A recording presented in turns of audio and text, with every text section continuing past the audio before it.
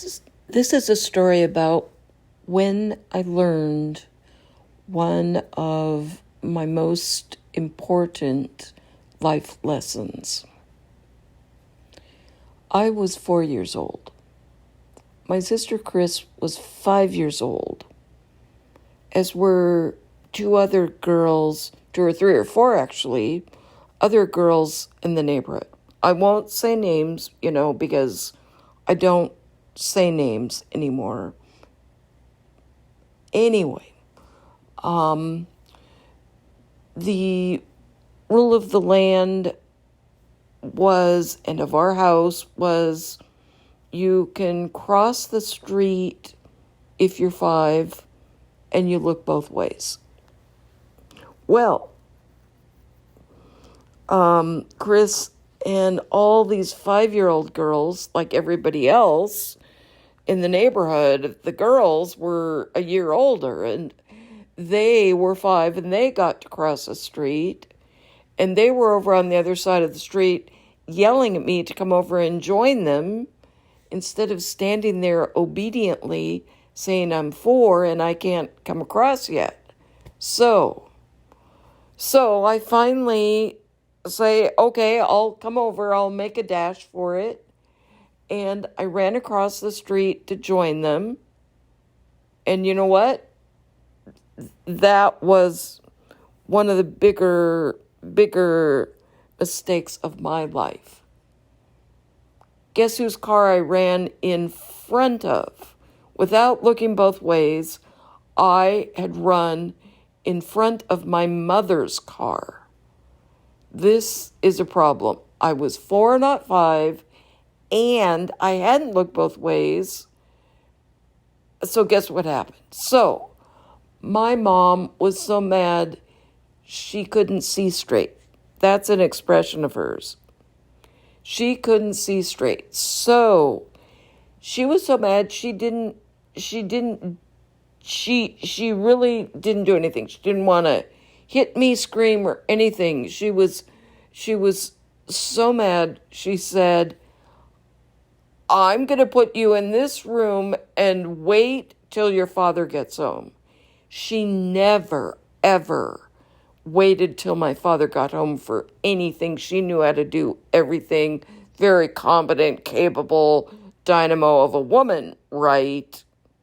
So I knew, whoa, I am in such big trouble. I have to wait like 5 to 8 hours before my father comes home. So there wasn't much to do in that bedroom. I think there was a bunk bed, and maybe not in those years yet. So she basically said, sit here, right here on the bed, and just wait. Well, I was 4 years old. You can do that for about 10 minutes before you start wandering around looking for something to do and start whistling and picking your nose and any other thing to entertain yourself. So I started wandering around the room looking for something to do for hours and hours and hours. And my mom had just gotten new dressers, aka chest of drawers, new fancy furniture to put clothes in, And so there was a pin on top of the chest of drawers just by chance. And I started practicing writing. I was 4 and very proud that I could now write my name. I could even write an A. I almost flunked kindergarten, though, because a little later, I'm 4 now in this story. Anyway, because my mom would always make her A's square-topped instead of triangular. So I was practicing, I think, the square-topped A's, then NN, and that was pretty good. I was going along pretty good. I was almost getting how to write, and I was pretty entertained and having a good time.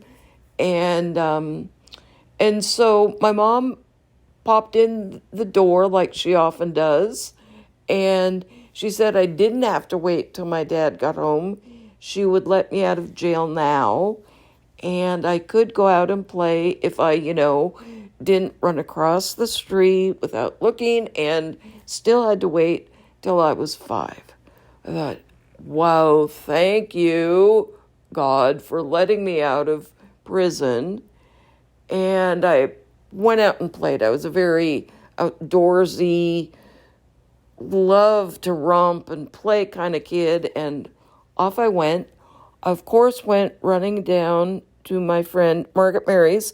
That was on the same side of the street, so I was good to go. And I was down at Margaret Mary's. We were having a good time.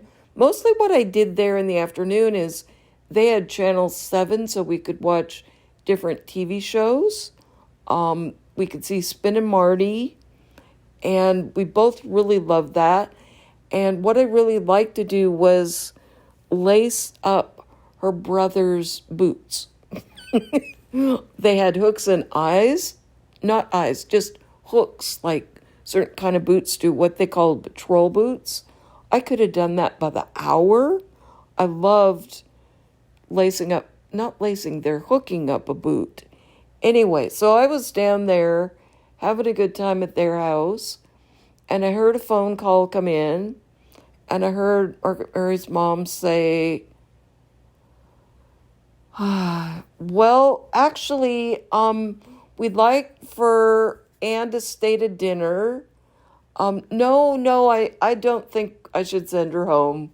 No, I don't think I should send her home. We're having Finn and Hattie like we always do on Friday night, and we'd really like her to stay to dinner. And please, just this once, yes, just this once, it's a better idea that she stay for dinner.